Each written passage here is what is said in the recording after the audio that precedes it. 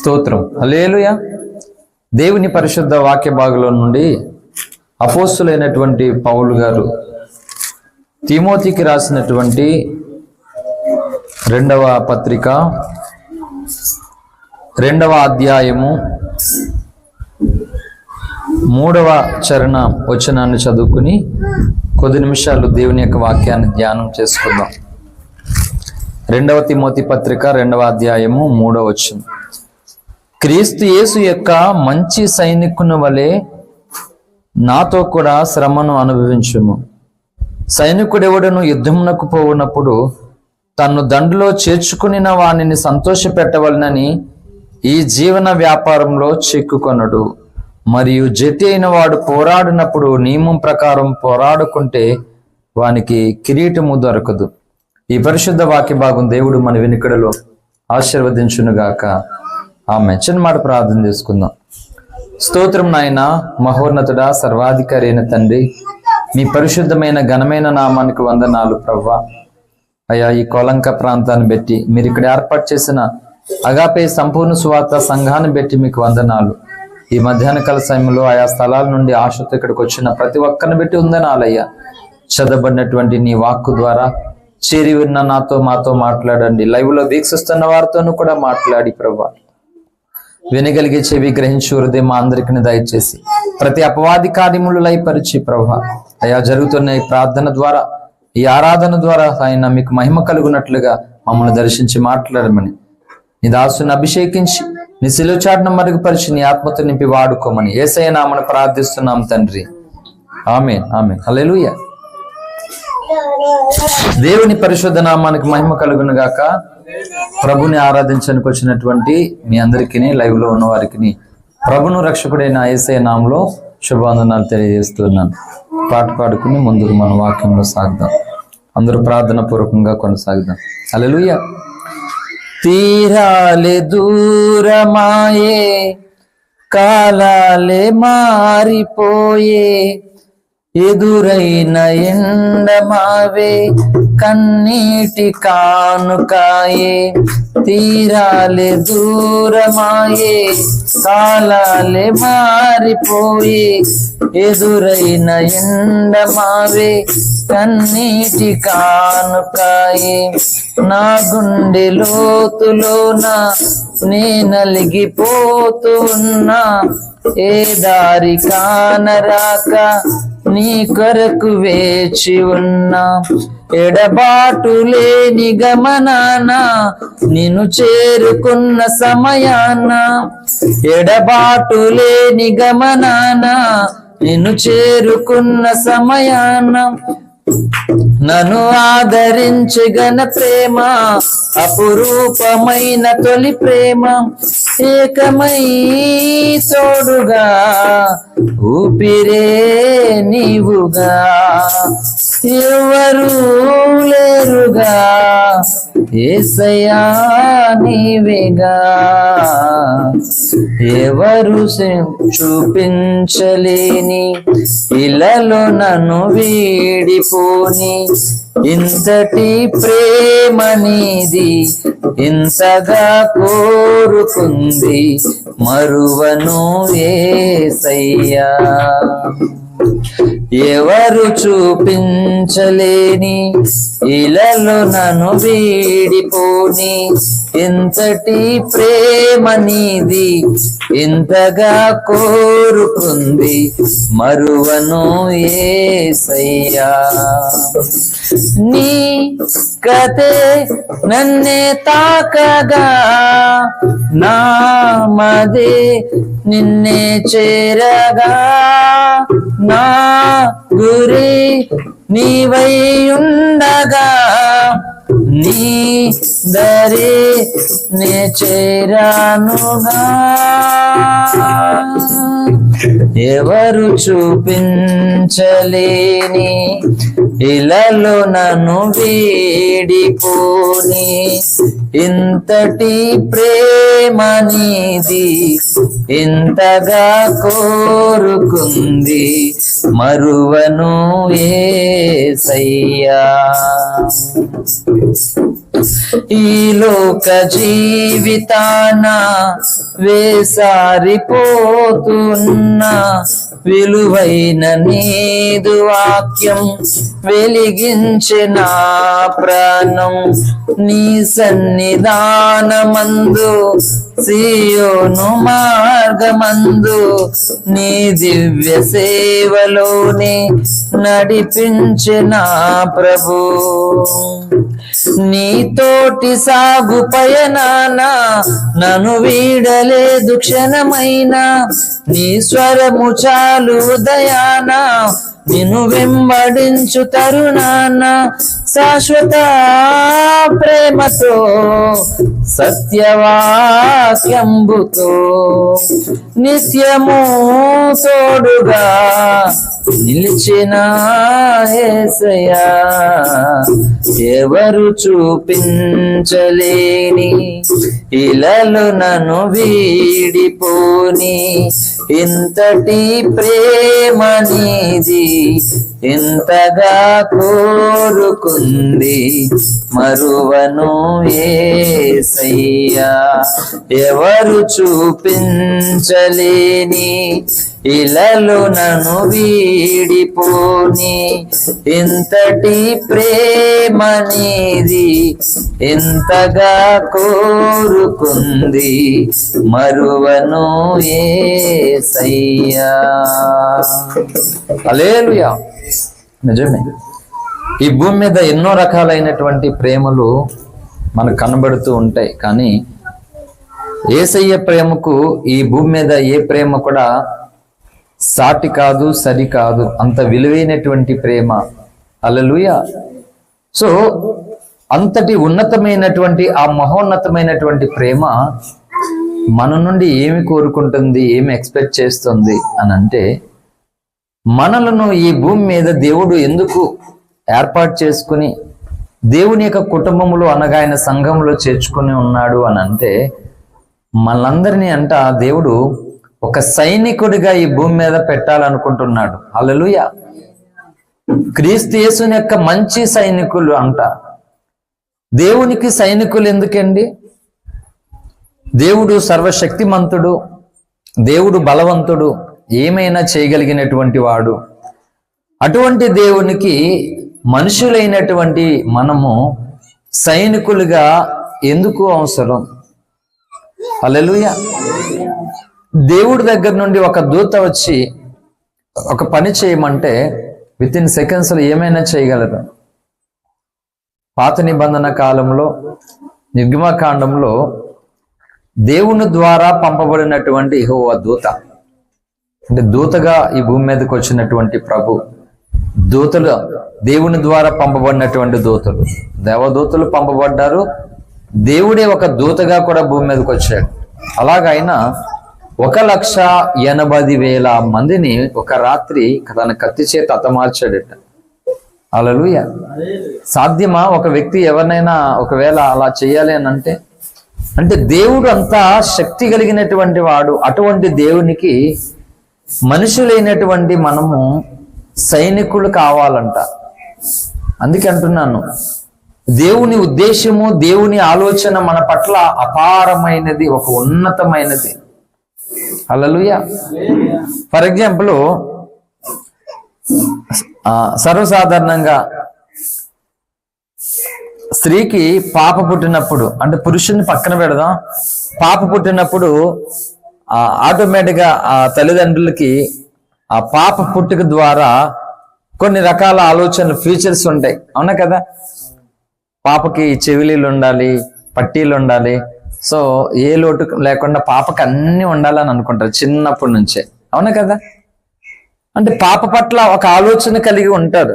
మనకి ఇంట్లో ఏమున్నా లేకపోయినా కానీ ఒక పాప మనకున్నప్పుడు ఆ పాపకి ఇలా ఉండాలి, ఎదుగుతుంది, తనకి ఇలాంటి డ్రెస్సులు ఉండాలి, ఇవి పాపకి చూపించాలి, జాగ్రత్త పడాలి అని చాలా ఆలోచనలు తల్లికి ఉంటాయి తండ్రి కంటే ఎక్కువ. అవునా కదా? అలాగనే దేవుడు భూమి మీద ఉన్నటువంటి మనల్ని ఎన్నుకోవడానికి ఒక కారణం ఏంటంటే, మంచి సైనికులుగా మనల్ని ఎన్నుకుంటున్నాడట దేవుడు. హల్లెలూయా.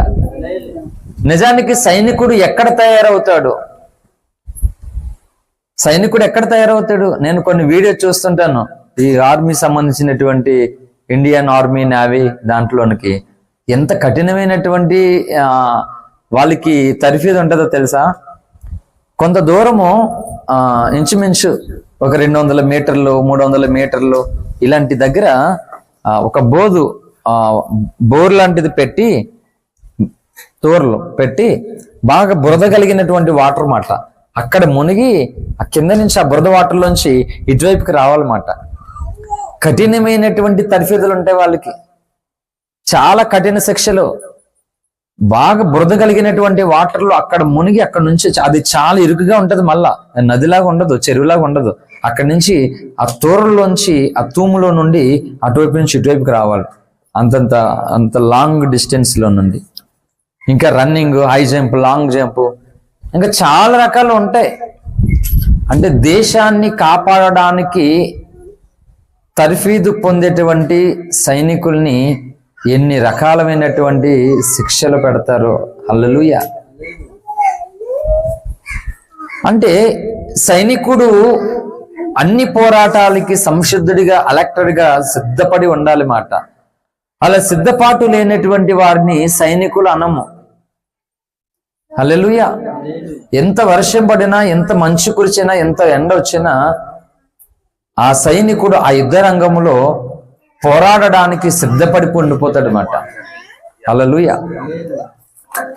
కనుక దేవుడు మనల్ని మంచి సైనికులుగా చూడాలని అనుకుంటూ ఉన్నాడు.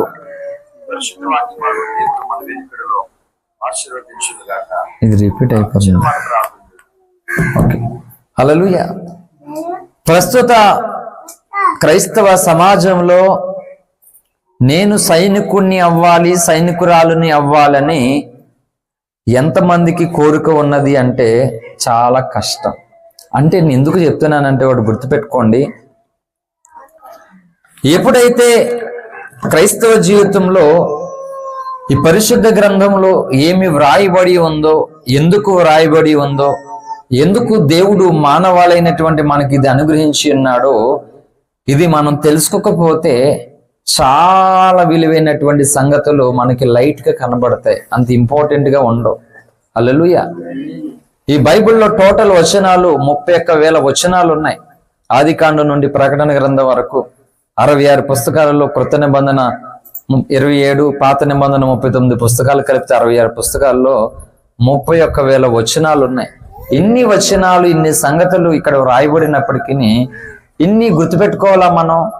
ఇన్ని అవసరమేనా మనకంటే ఒక మాట చెప్తున్నాను, ఖచ్చితంగా రక్షణ పొందడానికి ఎన్ని సంగతులు మనకు అవసరమో అని దేవుడు వ్రాయించాడు ఇక్కడ. అలాగనే ఒక వ్యక్తి రక్షణ పొందిన తర్వాత పొందినటువంటి ఆ రక్షణలో సంపూర్ణులుగా ఎదగడానికి ఎన్ని సంగతులు అవసరమో అవి మనకు వ్రాయించాడు. అవి ఖచ్చితంగా తెలుసుకోవాలి. అవసరం బట్టి చెప్తాను. ఆటోమేటిక్గా ఒక స్త్రీ, ఒక అమ్మాయి పెళ్లి చేసుకుని అత్త వాళ్ళ ఇంటికి వెళ్తూ ఉంది. వెళ్ళేటప్పుడు అంటే ఎప్పుడైతే పెళ్లి కాకముందే చెప్తారు, పెళ్లి అయిన తర్వాత చెప్తారు, మళ్ళీ అత్తగారింటికి పంపించేటప్పుడు కూడా. సో కుటుంబంలో ఉన్నటువంటి వ్యక్తులు, పెద్దలు అమ్మాయికి సూచనిస్తారు. నేనే చాలా మంది చెప్తాను ఆడపిల్లలకి, అత్తగారింటికి వెళ్ళిన తర్వాత ఇలా ఉండాలి, అలా ఉండాలని. మా పెద్దమ్మ పిల్లలందరికీ కూడా చెప్పి వాళ్ళ కాపురానికి పంపించి వాళ్ళు వెళ్ళిపోతుంటే నేను నేర్చి సరే. హల్లెలూయా. సో ఏమని అంటే, ఇక్కడ వంట రాకపోయినా పర్వాలే, ఏ పని చేయకపోయినా పర్లే, ఏమి రాకపోయినా పర్లే, కానీ అత్త ఇంటికి వెళ్ళిన తర్వాత ఖచ్చితంగా అన్నీ నేర్చుకోవాలి. వంట నేర్చుకోవాలి, పని నేర్చుకోవాలి. సో మనకి ఇది రాదు అని ఉండడానికి వీలు లేదు, అవునా? మొత్తం ఆటోమేటిక్గా మొత్తం అన్నీ నేర్చుకుంటారు. అందుకే నేను మార్నింగ్ చెప్పాను కదా, చిన్నవలసల్లో చిన్న చిన్న పిల్లలు అంటే నేను ఎత్తుకుండి నా కళ్ళ ముందు నేను చూసుకున్నటువంటి పిల్లలు పెళ్ళి అత్తగారింటికి వెళ్ళిపోయిన తర్వాత వాళ్ళు సో నేను అక్కడికి వెళ్ళడం, వాళ్ళు నా దగ్గరికి వచ్చినప్పుడు కలిసినప్పుడు మాట్లాడుతున్నప్పుడు చాలా పెద్దల కింద మాట్లాడితే అంటాను, నువ్వు ఇంకా నాకు చిన్న పిల్లలా కనబడుతున్నావు, ఇంత పెద్ద మాటలు మాట్లాడేస్తున్నావు అంటే వాళ్ళు సిగ్గుపడతారన్నమాట. అంటే ఎప్పుడైతే వివాహం అవుతుందో ఆ తర్వాత ఈ పుట్టినింటి మెటనింట్లో నాకు రాదు తెలియదు అనేటువంటి పరిస్థితి రాకుండానట్లు ఆల్మోస్ట్ అమ్మాయి అన్ని నేర్చుకోవడానికి ఇష్టపడుతుంది. అవునా కదా? అబ్బాయి ఏమి నేర్చుకోగలేదు, అమ్మాయి అన్ని నేర్చుకోలేదు. ఎందుకు అమ్మాయికి అలా పెట్టారు? మొన్న ఒక ఆమె సోషల్ మీడియాలో ఒక పోస్ట్ పెట్టింది, చాలా బాధపడుతూ. నిజం కదా అనిపించింది నాకు. ఏంటి అంటే, మీ మనసులో ఉంటుంది, మీకు కూడా చెప్తే మీరే హ్యాపీగా ఫీల్ అవుతారు ఆడవాళ్ళు. హల్లెలూయా. ఏమంటదంటే 20 ఏళ్ళు 25 ఏళ్ళు పెంచిన తర్వాత మా ఇంటి పేరు నాకు ఎందుకు ఉండదు, అమ్మా నాన్నని ప్రశ్నిస్తుంది ఆ అమ్మాయి. 25 ఏళ్ళు నన్ను పెంచి అన్నీ ఇస్తారు కానీ నాకు ఇంటి పేరు తప్పేస్తున్నారు. తీరా నేను ఆడిని కట్టుకున్న తర్వాత ఆ ఇంటి పేరు నాకు వెళ్ళడితే ఇది కాదు అది కాదు అన్నట్టుగా నా బ్రతుకు ఏదో ఒకటి తగలాడుతుంది. ఎందుకు ఇట్లా మాకు ఇలా జరుగుతుంది? ఎప్పుడైనా అనిపించింది అక్క మీకు? ఇంటి పేరు మార్చేస్తున్నారు, మరి టూ మచ్ దారుణం కదా అండి. అబ్బాయికి ఏమో మారు, అమ్మాయికి అన్ని మారిపోలట. ఎందుకో మరి ఇంత కట్నాలు వేసి పెళ్లి చేసుకొని కొనుక్కున్న తర్వాత మళ్ళీ ఆధార్ కార్డులోనో ఇంటి పేర్లు అన్ని మార్చుకోవాలి. అమ్మాయే మార్చుకోవాలా? ఈ అబ్బాయి మార్చుకోవచ్చు కదా. ఆ అమ్మాయి నిజంగానే కన్నీటితో బాధతో అడిగితే సోషల్ మీడియాలో కామెంట్ చూస్తాను నేను, ఏం పెడతారు దీనికి. కొన్ని బుడమక్కగాళ్ళు ఉంటారు, బాలబెత్రిగాళ్ళు, వాళ్ళు చాలా పెద్దోళ్ళు ఏజ్లో, కానీ బుడమచ్చగాళ్ళుగా మాట్లాడతారు. అక్కడ చూస్తాను కామెంట్లు పెడితే చూస్తే నవ్వుకుంటాను అనమాట. తోకలేని కోతుల్లాగా తెగ మాటలు మాట్లాడతారు అక్కడ. నేను అందుకే చెప్తున్నాను, ఫిజికల్గా స్పిరిచువల్గా న్యాయబద్ధకంగా ఇది ఎలాగండి, దేవుడైతే ఇది ఎందుకు ఇలా జరుగుతుంది, సమాజంలో ఎందుకు ఇలా జరుగుతుంది అన్న ప్రతి ప్రశ్నకు కూడా బైబిల్లో నుండి సమాధానం దేవుడు ఇస్తూ ఉన్నాడు. నాకు తెలిసినంత వరకు నేను సమాజానికి ఇస్తాను. సో ఎప్పుడైనా మీకు అలాంటి బాధ కలిగితే, ఎందుకు అమ్మాయి ఇంటి పేరు మారుతుంది, అబ్బాయిది ఎందుకు మారదు అని అంటే, అక్కడ వాళ్ళకి తెలియదు. నేను చెప్తున్నాను, వినండి శ్రద్ధగా. ఎప్పుడైనా బాధ అనిపించవచ్చు. ఎందుకంటే మనము ఈ భూలోక సంబంధులైనటువంటి మనుషులైన మనల్ని ఈ లోకాలను సృష్టించినటువంటి దేవుడు పరలోక రాజ్య వారసులుగా, అంటే దేవలోక వారసులుగా మనల్ని చేసుకోవాలనుకుంటున్నాడు ఆయన. అలా మనం దేవలోక వాసులం కావాలనుకున్నప్పుడు ఈ భూమి మీద ఉన్నటువంటి ఇదంతా కొట్టివేయబడుతుంది అన్నమాట. హల్లెలూయా. అంటే దేవుడు ఐడెంటిటీ మనకిస్తాడు పరలోక రాజ్యంలో. మన కేర్ ఆఫ్ అడ్రస్ దేవుడు, son of God, servant of God, దేవుడు చెప్తామాట. అంటే యేసు రక్తము చేత విమోచించబడినటువంటి మనకు ఆయన పేరు పెట్టాడు మనకి. ఆయన జనులుగా ఆయన జీవ గ్రంథంలో మన పేర్లు రాయబడి ఉన్నాయి గనక మన పేరు మనదంతా మాసిపోతుంది. అందుకే బైబిల్ చెప్తుంది, ఇదిగో పాతది గతించెను, సమస్తము నూతనమాయను. హల్లెలూయా. కనుక ఇహలోక సంబంధమైనటువంటివన్నీ కొట్టివేయబడతాయి.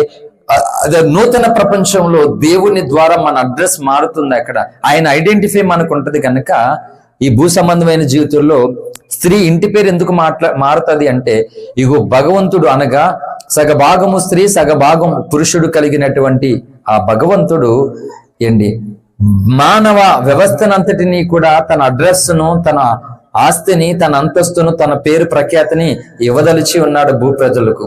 ఆ ఛాయ్ ప్రకారంగా ఆ పోలుకు చొప్పున భూమి మీద ఆడపిల్ల యొక్క అడ్రస్ భర్త అడ్రస్ గా మారుతుందంటే, ఆధ్యాత్మికంగా నేను యేసుకు చెందినటువంటి వ్యక్తును, నేను భగవంతునికి చెందినటువంటి వ్యక్తును అని మన అడ్రస్ దేవునికి అప్పగించుకున్నట్లుగా ఈ భూమి మీద ఇది వచ్చిందన్నమాట. అంటే ఇది ఫిజికల్ గా జరుగుతుంది, అదేమో స్పిరిచువల్ గా జరుగుతుంది. ఓకేనా? క్లియర్? అప్పుడు బాధపడతారు ఈసారి ఆడపిల్లలు. తిమోతి గారు మీరు బాధపడిలో ఉన్నారు. హల్లెలూయా. నాకు చాలా బాధ వచ్చేది చాలా సార్లు, ఎందుకు ఆడవాళ్ళకి ఇంత దారుణం చేస్తున్నారు వీళ్ళు, మనం ఏదైనా మారితే బాగుంటది అనుకునేవాడిని, మనం ఏం మారుతాం? హల్లెలూయా అనుకుంటాం. చాలా ఏం భాషలేవు. కాబట్టి చాలా సార్లు అనిపించింది. కానీ నేను దేవుణ్ణి నమ్ముకున్న తర్వాత నేను చెప్తున్నాను, ఈరోజు నేను చదువుకున్నటువంటి చదువు కూడా నాకు ఇప్పుడే అర్థమవుతుంది బైబిల్ దగ్గరకు వచ్చిన తర్వాత. అప్పుడు ఏదో చదివేసుకున్నాం అలాగంతే. అప్పుడు ఇదా అసలు ఓకే అని ఇప్పుడు బైబిల్ దగ్గరకు వచ్చిన తర్వాత ఎన్నో సంగతులు ఇప్పుడు అర్థమవుతున్నాయి. 10th 20 సంవత్సరాలు అయిపోతే నాకు ఇప్పుడు అర్థమవుతుంది. హల్లెలూయా. మొన్న ఒకసారి 10th క్లాస్ ఈ పిల్లల్ని రమ్య భావని స్కూల్కి, హై స్కూల్కి తీసుకెళ్ళాను 10th క్లాస్ ఎగ్జామ్ రాయడానికి. బిఫోర్ లాస్ట్ ఇయర్ తీసుకువెళ్తే అక్కడికి తెలిసిన వాళ్ళు వచ్చారన్నమాట. ఏంటి నువ్వు వచ్చి ఇక్కడికి ఎగ్జామ్ రాస్తాడు కమ్ముతుంది అన్నారు. చాలులే 10th 20 సంవత్సరాలు అయిందంటే, అవునా నువ్వే 10th క్లాస్ కుర్రోడ్లా ఉన్నావు అంటాడు. ఏం వాడుతున్నా సీక్రెట్ చెప్పు అంటున్నాడు ఆయన. హల్లెలూయా. ఏం వాడుతున్నా చెప్తాను రండి అయితేని, సీక్రెట్ చాలా ఉంది, ఒక ముక్కలో చెప్పేది కాదు, కనీసం 6 రోజులు నాతో ఉంటే తెలిసే సీక్రెట్ అన్నాను. హల్లెలూయా. ఏం వాడుతున్నా సీక్రెట్ అంటే ఏమి లేదు, సింపుల్గా ఉదయం టిఫిన్, మధ్యాహ్నం భోజనం, సాయంత్రం భోజనం పెడతారు కదా, ఆ 3 అనాలి అంతే, తిన్నాని.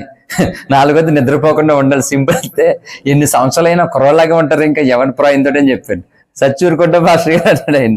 అదే మరి ఇక్కడ అదే తయారవుతుంది, ఇక్కడ అదే సీక్రెట్ అంటే నీకు అవుతుంది, మాకు అవదయ్యి, అలాగా ఒక పూట తినకపోతే గిరగిర గుంజుకుంటుంది అంటున్నాడు. సో ఎవరైనా అలా బాధపడితే, అలా అంటే పురుషుడు అంటే స్త్రీ, దేవుడు పురుషత్వము కలిగినటువంటి వాడు, ఆయన ఒక్కడే పురుషుడు. అందరము కూడా మనం అందరము స్త్రీ తత్వముతో ఈ సమానం మాట. అందుకే దేవుడు ఒక్కడే, పురుషుడు ఒక్కడే ఆయన. అందుకే యెషయా 54:5 ప్రకారంగా నిన్ను సృష్టించిన వాడు నీకు భర్త అయి ఉన్నాడు. సర్వ మానవాళికి భగవంతుడు భర్త అయి ఉన్నాడు. అందరూ స్త్రీతత్వమే మాట. ఈ కారణం చేత మన అడ్రస్ మారిపోతుంది గనక ఈ ఫిజికల్ జీవితంలో వివాహం తర్వాత స్త్రీ అడ్రస్ మారుతుంది. కాబట్టి స్త్రీలారా మీ తలలు పైకెత్తుకోనండి. సో దీని కారణం ఇది. కాబట్టి ఎప్పుడు బాధపడద్దు, అడ్రస్ మారిందని. అసలు అడ్రస్ దేవుడి ద్వారా మనకి ఇలా వస్తుంది అన్నమాట. ఓకే, మంచిది. ఎత్తి అధికారము కలిగినటువంటి దేవుడు మానవులైనటువంటి మనల్ని తన సైనికులుగా చేసుకోవాలనుకుంటున్నాడు. కాబట్టి నేనేం చెప్తున్నానంటే, దేవుని సన్నిధికి వందలాది మంది, వేలాది మంది, లక్షలాది మంది వెళ్తూ ఉన్నారు, రక్షణ పొంది సంవత్సరాలు అవుతూ ఉన్నాయి. కానీ మన జీవితంలో ఈ ప్రార్థన చేశామా? నేను ఒక సైనికుడిని కావాలి, సైనికురాల్ని కావాలని. అంటే చాలా వరకు 90% క్రైస్తవ సంఘాల్లో ఆ ప్రార్థన చేయరు. అంటే చాలా రకాల ప్రార్థనలు ఉంటాయి, కానీ పర్టికులర్గా నేను ఎలా ఉండాలి, రాత్రి మొన్న నైట్ ఆన్లైన్ ప్రార్థనలు కూడా చెప్పాను. నేను బైబిల్లో ఉన్నటువంటి ఒక భక్తురాల్లాగా, ఒక భక్తుడిగా నేను ఉండాలి, తయారవ్వాలని అలా కూడా ప్రార్థన చేయరు చాలా మంది. ఏంటి ఆశ లేదు మాట అలా ఉండాలని. అంటే బోధ అలాగా చెప్పబడట్లేదు మాట. నిన్ను నీకులాగే కాకుండా, నువ్వు ఎలాగున్నావు అలాగే ఉండిపోకుండా, ఎప్పుడైతే యేసు రక్తంలో కడగబడి ఉన్నావో, బాప్టిజం పొంది ఉన్నావో, దేవుడి సన్నిధిలో చేర్చబడి ఆయన వాక్యాన్ని నువ్వు వింటూ ఉన్నావో, అప్పుడు నువ్వు నీకులాగే ఉండిపోకూడదు. స్కూల్కి వేసాం పిల్లల్ని, 1 సంవత్సరం, 2 సంవత్సరాలు, 3, 4, 5, 6, 7 అలా 10 సంవత్సరాలు అయింది. ఇప్పుడు పిల్లలు స్కూల్కి వేసినప్పుడు ఎలా ఉన్నారో అన్ని సంవత్సరాలు అయిన తర్వాత కూడా అలాగే ఉంటే ఓకేనా? మనకి హ్యాపీనా? తల్లిదండ్రులుగా మనం సంతోషపడడం, ఆ ఏ స్కూల్ అయితే ఉన్నారో ఆ టీచర్స్ కూడా సంతోషపడరు. అవునా కదా? మరి క్రైస్తవులు ఏంటి, ఇన్ని సంవత్సరాలు అయ్యి ఇన్ని లోకంలో అనేక సంగతులను తెలుసుకుంటారు, మాట్లాడతారు, జ్ఞానం అన్నీ ఉంటాయి. కానీ ఎంతకాలమైనా అలాగే ఉండిపోయారు. ఎందుకు? సేమ్ ప్రార్థనలు, రొటీన్ ప్రార్థనలు, జీవితం అంతా అవే ప్రార్థనలు. ఎందుకు ఇలా జరుగుతుంది? హల్లెలూయా. కాబట్టి మనం ఆలోచన చేసినట్లయితే దేవుడు అలా ఉండాలని కోరుకోవట్లేదు మనల్ని. హల్లెలూయా. కనుక దేవుని యొక్క వాక్యము మనం చదువుతూ ఉన్నప్పుడు, వింటూ ఉన్నప్పుడు ఈ సంగతులు మనల్ని ఏం చేస్తాయంటే ప్రేరేపిస్తాయి మాట. ఎలా ఉన్నా నీవు అలా ఉండిపోకుండా ఇంకొక నూతనమైనటువంటి వ్యక్తిగా, అభివృద్ధి పొందేటువంటి వ్యక్తిగా, ఆశీర్వాదం పొందే వ్యక్తిగా ఉండాలనేటువంటి మనసు, ఆలోచన మనకి కలుగుతూ ఉన్నది. సో ఈ కారణాన్ని బట్టి మనము దేవుని యొక్క వాక్యము ద్వారా ఇగో నేను పలానా వ్యక్తిలా మారాలి అని అనుకోవాలి. అందుకే అపోస్తులైనటువంటి పౌలు గారు ఓ మాట తను చెప్పినట్లుగా ఒక పాట ఉంటది అన్నమాట.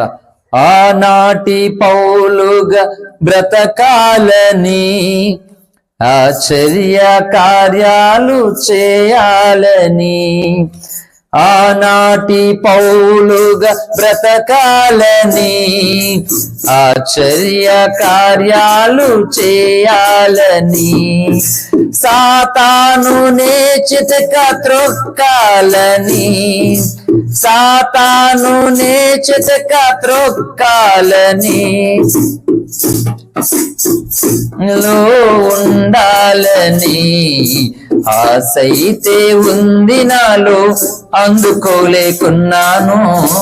నా చెయ్యి పట్టుకో నా రక్షక, నా చెయ్యి పట్టుకో నా యేసయ్యా, నా చెయ్యి పట్టుకో నా రక్షక, నా చెయ్యి పట్టుకో నా యేసయ్యా.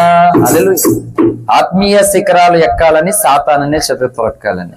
అంటే ఒక ఆశ ఉన్నది. ఎలాగంటే ఇగో పౌలు ఇలా బ్రతికాడు, ఇగో దావీదు ఇలా బ్రతికాడు, ఇగో ఏలియా ఇలా బ్రతికాడు, సో నేను ఏలియాలా ఎదగాలి, దావీదులాగా ఇలా ఉండాలి, హన్నాలాగా ఇలా మొరపెట్టాలి, ఎస్తేరులాగా ఇలా నేను చేయాలి అని దేవుని ప్రజలు దేవుని సన్నిధిలో ఈ విధమైనటువంటి ప్రేరణ చేత ప్రార్థనలో గడపాలి.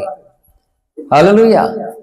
సో ఇప్పుడు జూమ్ ప్రే జరుగుతున్నాయి, గూగుల్ ప్రే జరుగుతున్నాయి, కాన్ఫరెన్స్ ప్రే జరుగుతున్నాయి, సంఘ సహవాస ప్రార్థనలు ప్రే జరుగుతున్నాయి. అంటే ఆల్మోస్ట్ ఈ కడవరి కాలంలో అనేక రకాలుగా ప్రార్థనలు ఎక్కువ జరుగుతున్నాయి. కానీ నేను చూసినంత వరకు సమాజంలో సంఘంలో జరుగుతున్న పరిస్థితులు పెట్టేంటండి, ఈ విధంగా ప్రార్థన చేసేటువంటి వారు కనబడటం లేదు. చాలా అరుదు మాట. హల్లెలూయా. చాలా అరుదు. అంటే దేవుడు అలా కోరుకోవడం లేదు. అంటే మనకి వాక్యము ఎలా ఉండాలని. ఇప్పుడు చదువుకున్నటువంటి పిల్లలు ఒక మాట, నువ్వేమవుతావు 10th క్లాస్ అయిపోయి, నేను డాక్టర్ అవుతాను. డాక్టరా? డాక్టర్ అంటే ఎలా ఉంటాడు తెలుసా నీకంటే? చెప్తారా లేదా? డాక్టర్ ఎలా ఉంటాడు? డాక్టరీ బట్టలు వేసుకుంటాడంటే కాకి బట్టలు వేసుకుంటాడు. డాక్టర్ వైట్ డ్రెస్ వేసుకుంటాడు, స్టెథోస్కోప్ పెట్టుకుంటాడు. పోలీస్ అంటే కాకి బట్టలు. అంటే మనం ఏం అవ్వాలనుకుంటున్నాం? ఆల్మోస్ట్ మా యూనివర్సిటీ చిన్నప్పుడు ఏమవుతుంటే డాటా పుస్ అనేవాడు. ఇండిక్షన్ చేస్తానని కూడా మాట డాటా పుష్ అని కూడా మాట్లాడుతుంది. అంటే డాక్టర్ గారు ఇండిక్షన్ చేస్తాడు కదా, అలాగా వాడిని చిన్నప్పుడు అలా డాక్టర్ దగ్గర తీసుకెళ్లే వాళ్ళం. ఏమవుతుందంటే డాటా పుష్ అని కూడా మాట్లాడితే మా యూనివర్సిటీ. అంటే డాక్టర్ గారి చేతిలో ఈ ఇంజెక్షన్ ఉంటుంది, సూది ఉంటుంది. పోలీసు ఇంకొకరు పోలీస్ అవుతాయి. పోలీసు అవి ఏం చేస్తాడంటే పిల్లల్ని అడిగి చూడాడు, ఒక్కొక్కరిని మిషన్ గా డడ్డు కాల్చేస్తాడు.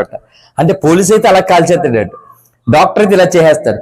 అంటే ఆటోమేటిక్ గా డాక్టర్ అనేసరికి ఒక ఫిక్చర్ మనకు వచ్చేస్తుంది, పోలీస్ అనేసరికి ఒక పిక్చర్ వస్తుంది, ఇలాగ ఆటోమేటిక్ ఒకటి వస్తుంది కదా. అలాగే హల్లెలూయా. మరి అదే విధంగా బైబిల్ చదువుతూ ఉన్నప్పుడు ఎందుకు అన్నా మనకు కనబడదు? ఎందుకు ఎస్తేరు మనకు కనబడదు? ఎందుకు ఏలియా కనబడడు? ఎందుకు దావీదు అంటే ఏ లోక విద్య చదువుతున్నప్పుడు వీళ్ళందరూ కనబడుతున్నారు. ఇంకా కొంతమంది ఏమవుతాడంటే నేను యాక్టర్ అవుతాను అంటాడు ఒకడు. హల్లెలూయా. సినీ యాక్టర్ అవుతాడంటే ఒకడు. సినీ యాక్టర్లు ఈ జీవితం నాకు వద్దు, యేసు నాకు ముద్దు అని విడిచిపెట్టి వస్తున్నారు. హల్లెలూయా. ఈ యాక్టర్ అవుతాడంటే ఇంకాని. కానీ నేను అది చెప్తున్నాను, క్రైస్తవ జీవితంలో బైబిల్ చదువుతున్నటువంటి వ్యక్తులు, బైబిల్ కాలేజీకి వెళ్తున్నటువంటి వ్యక్తులు, బైబిల్లో ఇన్ని వందలాది మంది భక్తులు ఉన్నారు కదా, ఇన్ని స్టోరీస్ ఉన్నాయి, రియల్ లైఫ్ జరిగినటువంటి స్టోరీస్ ఉన్నాయి కదా, ఎందుకు క్రైస్తవ సంఘాలలో ఈ విధమైన ప్రార్థన చేసుకోవట్లే? వ్యక్తిగత ప్రార్థనలు కానీ, కుటుంబ ప్రార్థనలు కానీ, సంఘ ప్రార్థనలు కానీ ఈ విధంగా ఉండాలని ఎందుకు కోరుకోరు? హల్లెలూయా. నేను రాసిన ఒక పాట ఉంటుంది, చాలా పెద్ద పాట అది. భక్తుడైన మోషే వలె ఒకటి, తర్వాత భక్తుడైన పౌలు వలె ఒకటి, భక్తుడైన యోసేపు వలె ఒకటి, భక్తుడైన దావీదు వలె ఒకటి. 4 చరణాలతో ఉంటది మాట. నీ ప్రేమతో నన్ను పిలిచావు, నీ ఆత్మతో నన్ను నడిపావు, నీ ప్రేమతో నన్ను పిలిచావు, నీ ఆత్మతో నన్ను నడిపావు, నీకే నారాధన,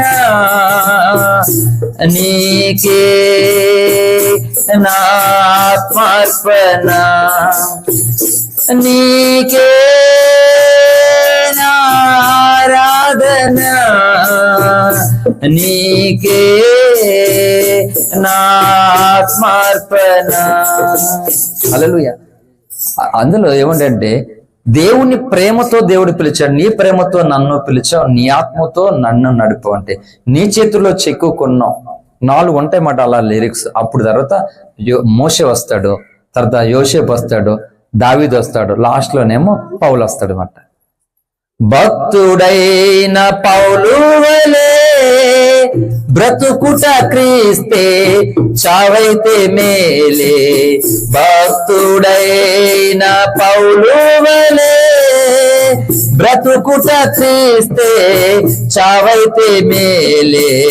నీ సిలువనే నే మోసేదా, నీకే నారాధన, నీకే నాత్మార్పణ, నీకే నారాధన, నీకే నా ఆత్మార్పణ. నీ ప్రేమతో నన్ను పిలిచావు, నీ ఆత్మతో నడుపుచున్నావు, నీ చేతిలో చిక్కుకున్నావు, నీ పాత్రగా వాడుకున్నావు. నీకే నారాధన, నీకే నాత్మార్పణ. హల్లెలూయా. కానీ నేను చేశాను ప్రార్థన నా క్రైస్తవ జీవితంలో. బైబిల్ చదువుతూ ఉన్నప్పుడు బైబిల్లో ఒక్కొక్క సంగతి కనబడుతున్నప్పుడు నేను వెంటనే మోకాళ్ళేసి ప్రభువా నేను ఇలా బ్రతకాలనుకుంటున్నానని ప్రార్థన చేసేవాడిని. నాకు తెలుసు, అంటే వాళ్ళ బ్రతకడం అంటే ఇక్కడ చాలా కష్టం, అంత ఈజీ లైఫ్ కాదని తెలుసు. అయినప్పుడు కూడా ఏంటంటే అయినా సరే ప్రార్థన చేసేవాడిని, వీళ్ళ బ్రతకాలనుకుంటున్నాను ప్రభువా అంటూ దేవుని సన్నిధిలో ప్రార్థన చేసుకో. కాబట్టి ఫస్ట్ ఆఫ్ ఆల్ నేను డాక్టర్ అవ్వాలి అని అనుకున్నటువంటి పిల్లలు ఏం చేస్తారంటే ఆ విధమైనటువంటి ల్యాబ్ టెక్నీషియన్స్ విషయాలు, ఈ విధమైనటువంటి కోర్స్ తీసుకుంటే నేను ఇలా అవుతానని తెలుస్తుంది వాళ్ళకి. ఇంజనీర్ అవ్వాలంటే అలాగా, కలెక్టర్ అవ్వాలంటే ఇలా, పోలీస్ అవ్వాలంటే అంటే ఒక ప్లాన్ అనేది ఉంటుంటది. అలాగే భక్తి జీవితంలో మనము రక్షణ పొంది ఏదో ఒక దేవుని మందిరానికి వెళ్ళడం కాదు దేవుడు కోరుకునేది. వెళ్తున్నటువంటి మనము ఈ 66 గ్రంథాల పరిశుద్ధ గ్రంథంలో 66 పుస్తకాల వాక్య సారాంశంలో నీవు ఎలా ఉండాలనుకుంటున్నావో నీవు అలా ఉండడానికి నీకు ఒక మాదిరి అక్కడ ఒకరు ఉంటారు. హల్లెలూయా. చాలాసార్లు ఏమనుకున్నా అంటే మన ఇళ్లలోనూ ఎక్కువ మంది చదువుకున్న వాళ్ళు ఉండరు. మనం చదువుకోవాలనుకుంటాం. తాతను చూస్తే తాత చదువుకోలే, అటు తాతను చూస్తే అటు తాత చదువుకోలే, ఇటు అమ్మమ్మ అటు నాన్నమ్మ వాళ్ళు చదువుకోలే, పిన్నులు మేనత్తలు బాబాయిలు చూస్తే వీళ్ళు చదువుకోలే. మా సైడ్ ఎవరు చదువుకోలే, ఇటు సైడు అంటే అంతంత మాత్రమే 5వ తరగతి వరకు చదువుకున్నారు. ఫస్ట్ మా ఫ్యామిలీ మొత్తం డిగ్రీ కంప్లీట్ చేసింది నేను, తర్వాత మా చెల్లి ప్రైవేట్గా కట్టింది. ఇప్పుడు ఒక్కొక్కరు చదువుకుంటున్నారు. ఇక మా ఆల్రెడీ డిగ్రీ, మా సుస్మిత ఇంటర్మీడియట్ అయిపోతుంది. చెప్తున్నాను, ఇప్పుడు చదువుకుంటున్నారు. అంటే కుటుంబ పరంగా చూస్తే చదువుకోలేని వాళ్ళు ఎవరు లేరు, కానీ మనం చదువుకోవాలనుకుంటున్నాం. అప్పుడు అక్కడ మనకి ఎవరు మాదిరి ఉండరు. కానీ బైబిల్ అలా కాదండి. బైబిల్ ఏం చెప్పింది తెలుసా? ఇప్పుడు మనం ఫలానా భక్తులు అవ్వడానికి, ఫలానా భక్తురాలు అవ్వడానికి ఇగో ఎంతమంది భక్తులు ఉన్నారు మాదిరిగా. ఎలా విశ్వాసాన్ని మనం కలిగి ఉండాలి. మనం అడిగింది దేవుడు ఇవ్వకపోయినా, మనం చేస్తున్న ప్రార్థనకు ఇంకా సమాధానం రాకపోయినా, అయినా దేవుని యందు ఎలా నిరీక్షణ నుంచి విశ్వాసాన్ని కలిగి ఎలా మనం ముందుకు సాగాలి. ఎలా అంటే ఇగో అబ్రాహంలా. ఎలా అంటే అబ్రాహంలా దెబ్బలు కొడుతూ ఉన్నా, రక్తము కారుతూ ఉన్నా దేవుణ్ణి స్తుతించకుండా నేను ఉండలేను అని పౌలులా, బాల్యము నుండి ఇగో సమూయేలులా, గొర్రెలు కాసుకున్నటువంటి దావీదు రాజయ్యేలా, అంటే ఇన్ని రకాలుగా మనం ఒకటి అవ్వడానికి వీళ్ళందరూ మాదిరిగా ఉన్నారు మనకి. ఇప్పుడు చెప్పండి, ఏ ఒక్కరు కూడా మాదిరిగా లేకుండా ఉంటే కష్టమా, లేకపోతే ఎవరైనా మాదిరిగా ఉంటే సింపుల్ మనకి? చెప్పండి. రమ్యక్క చెప్పు, నవీన్ చెప్పు. అర్థమైందా నేను చెప్పింది నీకు? అక్కడ చదువుతున్నా కదా, ఇక్కడ కూడా ఏంటంటే నువ్వు అక్కడ ఇంకా బాగా చదివేస్తావు, ఈజీగా పరిగెట్టేస్తావు నువ్వు. నిజమే, జోక్ కాదురా, నాట్ ఫర్ ఫన్నీ. నిజమే, ఇక్కడ సరిగ్గా విన్నావు అనుకో నువ్వు, అక్కడ చాలా స్పీడ్గా వెళ్ళిపోతామాట, ఇంకా ముందుకు సాగుతావు. ఇప్పుడు మనం చదువుకోవాలనుకున్నాం, మన ఇళ్లలో పెద్ద పెద్ద చదువుకున్న వాళ్ళు ఎవరు లేరు, అంటే మాదిరి ఎవరు లేరు. ఇప్పుడు మనమే చదువుకోవాలి అంటే ఎవరైనా పెద్దవాళ్ళు చదువుకున్న వాళ్ళు, ఎక్కువ చదువుకున్న వాళ్ళు ఉన్నారనుకో మన ఇళ్లలో, ఏం చేస్తామంటే ఒరే ఇగో ఇలా వెళ్ళాలి, దీనికి ఇలా అప్లై చేయాలి, దీన్ని ఇలా ఫాలో అవ్వాలి, ఇంత కాంపిటీషన్ ఉంటుంది అని ఆ పెద్దవాళ్ళు మనకు గైడెన్స్ ఇస్తారు. ఓహో అని వాళ్ళని మాదిరిగా చేసుకొని ఇలా మనం ఫాలో అవుతాం. మరి ఎవరు లేరు అలాగే చెప్పేవాళ్ళు, అంటే అప్పుడు మనకు అన్ని కష్టమే కదా. మా నాన్న చనిపోయిన తర్వాత మమ్మల్ని ఇలా భుజం తట్టి నువ్వు ఇలా ఉండాలి, అలా ఉండాలి, ఇలా చెయ్యాలి, అలా ఎవరు లేరు అసలు. మా అమ్మ ఉదయం లేవడం, వంట చేసుకోవడం, మమ్మల్ని పోషించడం కొరకు పనికి వెళ్ళిపోవడం, ఇంకా అంతే. అంత కమ్యూనికేషన్ అనేది అందరం కలిసి కూర్చుని భోజనం చేసేంత కమ్యూనికేషన్ లేదు. అందుకే నేను అందరితో కలిసి తినడానికి నేను ఇష్టపడతాను అనమాట. ఫ్యామిలీ పరంగా అలా లేదు పరిస్థితి. ఎప్పుడైతే నాన్నగారు చనిపోయారో ఎవరికి వారి యమునా తీరైనట్లుగా గూడు రేపబడిన పక్షులాగా అయిపోయింది మా జీవితం. నేను ఎన్నో ఓర్చుకుని ఎన్నో గాయాలు పొంది ఉన్నాను కాబట్టి అందరికీ విలువనిస్తూ అందరితో కలిసి పనులు ఎన్నో కలుగుతాయి, అన్ని ఫోన్లే మార్చుకోవడానికి అవకాశం ఇవ్వాలని సహించి ఓర్చుకుని రకరకాలుగా తగ్గించుకోవడానికి అందుకు ఇష్టపడతాను అనమాట. అన్ని పొంది వచ్చాము అనే ఆశతో ఇక్కడైతే మనం అన్ని కలిగి ఉండాలని. ఎవరు లేరు అలాగా. నా మట్టుకు నేనే చదువుకున్నాను, ఏదోటి సాధించాలి. చుట్టూ చూస్తే అంత చదువుకున్న వాళ్ళు ఎవరు లేరు చుట్టూ. సో ఈ పరిస్థితుల్లో మనకు మనమే చదువుకోవాలని ఆ కోర్సు నేనే తీసుకున్నాను, దాన్ని ప్రిపేర్ అవ్వడం, ఎగ్జామ్కి వెళ్ళడం, మొత్తం అన్నీ అలా చేసుకున్నాను. అందుకే ఎంతో మంది పిల్లలు చదువుకున్న వాళ్ళకి చదువు ఒక విలువ ఇది, బాగా చదువుకోండి, నా వల్ల ఏమైనా అయితే హెల్ప్ నేను చేస్తాను, కానీ శ్రద్ధగా చదువుకోండి, చదువు నీకు విలువిస్తుంది, చదువు నీకు ఘనతనిస్తుంది అని ఎన్నో రకాలుగా ఎంతో మంది పిల్లలకి ఇంతవరకు చెప్తూ వచ్చాను నేను. హల్లెలూయా. సో ఫిజికల్గా అలా చదువుకోవడానికి ఎవరు మనం లేకపోతే చాలా ఇబ్బంది, నిజమే. కానీ భక్తి జీవితంలో మనకి చెప్తున్నాను, మనం భక్తి చేయడానికి ఇంతమంది మాదిరిగా ఉన్నారు చెప్పండి. ఇంతమంది మాదిరిలో ఎవరిని ఫాలో అవ్వకపోతే ఎలా? నేను జోసఫ్ పేరు పెట్టేసుకున్నాను, నువ్వు ఇంకో పేరు పెట్టేసుకున్నావు, ఇంకో పేరు పెట్టేసుకున్నావు, కానీ ఆ పేర్లు కలిగిన వాళ్ళందరూ బైబిల్లో ఉన్నారు కదా పోనీ. అంతేకాదు తిమోతి గారు. కనీసం ఇప్పుడు మనం ఏం చేయాలి? మనకి దేవుడు ఏ పేరు పెట్టాడో ఆ పేరుకు తగినట్లుగా, ఆ పేరు కలిగినటువంటి వ్యక్తులాగైనా మనం బ్రతకాలని కోరుకుండాలి కదా. నా పేరు జోసఫ్, పెట్టిన కొత్తలో బైబిల్ భాష కదా, నాకు తెలియదు, ఏం పేరో తెలియదు, అది వెళ్ళిందే కొత్త. ఏం పేరు నా పేరు అని అడగడానికి సిగ్గుపడేవాడిని నేను. ఏం పేరు నీ పేరు అంటే పేరు ఇదేం చెప్తావు కదా, అటువంటిది నేను నా పేరేంటి అని అడిగేవాడిని. అమ్మ పాశ్రమ్ గారు, హల్లెలూయా, నా పేరేంటి? పెళ్ళైన కొత్తలో ఇంటికి వెళ్తే నా పేరు అడుగుతున్నా. మీ సైడ్ అడుగుతారా చెల్లి? పెళ్ళైన తర్వాత భార్య భర్తలు వచ్చినప్పుడు అడుగుతారా? ఓకే, అన్ని చోట్ల ఉందన్నమాట. అడుగుతున్నారు అలాగా. ఏమో ఆమె ఇక్కడ ఉంది కదా, ఆమె చెప్పమని అంటే నువ్వే చెప్పాలంట నన్ను, ఆమెనేమో నా పేరు చెప్పమంటున్నారు, లేకపోతే తీరంటే నా సంగతి పూర్తిగా తలుపులు అంటాం అనుకున్నా మనసులో. హల్లెలూయా. మీరు కొద్దిసేపు అలాగే ఉండండి. పొద్దున్న నుంచి అక్కడ పెళ్లిలో భోజనం కూడా, టిఫిన్ లేదు మాకు, భోజనం లేదు. ఈ చిత్రం ఏంటంటే మా పెళ్లికి మాకు భోజనం ఎట్లే, నిజమే లేదు, ఫాస్టింగ్ మాట. పెళ్లిలో కూడా భోజనం లేదు మాకు. మధు నువ్వా జ్యూస్ ఏదో తీసుకొచ్చా? హల్లెలూయా. సో పొద్దున్నుంచి ఏమో మొత్తానికి 4 దాకా అయిపోయింది, పెళ్ళంతా అయిపోయి ఫోటోలు దిగి అన్నీ దిగి ఇంకా మొత్తానికి ఎప్పుడో ఇంటికి తీసుకెళ్తే వీళ్ళే బయట పెట్టేసి పేరు అడుగుతున్నారు. పేరు చెప్పాలంటే వాళ్ళకి చూసాను అలాగా. కొంతసేపు మీరు అలాగ ఉండండి, నా సంగతి పూర్తిగా ఈ 2 తలుపులు పగిలిపోతాయి బయటకనే మనసులో. హల్లెలూయా. తిమోతి గారు అంతేనా మరి? సహనం ఓర్పు ఉంటది, కానీ ఆ సహనానికి పరీక్ష పెట్టాలనుకుంటే తలుపులు ఎగిరిపోతాయి. వాళ్ళందరూ బతికిపోయారు ఆ రోజు. ఫోన్లే కదండి, కొత్తలు కదా, మళ్ళీ వెళ్ళిపోతారని చెప్పేసి వదిలేశారు. చాలాసేపు నిలబెట్టేశారు, కాలు బాగా లాగేసింది మొత్తం. అక్కడేమో బోల్ సేపు పెట్టేశారు మమ్మల్ని పెళ్లిలో, పైగా ఫుడ్ ఏం పెట్టలేదు. మళ్ళీ ఈవినింగ్ వచ్చిన తర్వాత వీళ్ళు తలుపు తీయరంటే వాళ్ళు. సో అలాగా రక్షణ పొందిన తర్వాత నా పేరేంటి అని అడిగేవాడిని నేను. చెప్పేవారు, మర్చిపోయేవాడిని, వచ్చేది కాదు. జోసఫ్ అని ఏదో అనేవారు, ఏంటో నాకు అర్థమయ్యేది కాదు. ఏదో తమిళనాడు పేరు, అక్కడ అన్ని అప్పలు ఉంటాయి కదా తమిళనాడు, అన్ని కూడా పల్ తగిలిసి ఉంటాయి ఎక్కువగాని, తమిళ్ చెన్నై పేర్లు అన్నీ కూడా. మొత్తానికి నేను అన్నాను, అలా కాదు అసలు అని. ఈ పేరు కలిగిన వ్యక్తి బైబిల్లో ఉన్నాడా లేడా చెప్పు ఫస్ట్ అంటే, బైబిల్లో ఉన్నాడు. ఎక్కడ దొరుకుతాడు మనకి ఏంటంటే, ఆదికాండంలో దొరుకుతాడు. యాకోబు పేరు, యాకోబు కొడుకు, తెలుగులో యోసేపు అని అన్నారు. అదే సంగత అని మొత్తానికి ఆ పేరు కోసం ఆదికాండం మొత్తం అంతా ఎతికేసాను, దొరికాడు ఎలాగైతే. చూశాను, బాబోయ్ మామూలు కాదు అసలు, నీ పేరు పెట్టారు, నాకు ఏంటి ఎంత ఏడిపించారు, ఇప్పుడు మనం కూడా ఇంతలా ఏడాలి కామెంట్స్ అనుకున్నాను నేను. చివరికి నేను అలాగే తీర్మానం చేసుకున్నాను. హల్లెలూయా. అందుకే ఆ పాటలో యోసేపు పేరు కూడా రాశాను, భక్తుడైన యోసేపు వలె. ఇంటికాడ ఉంది పాటల పుస్తకం.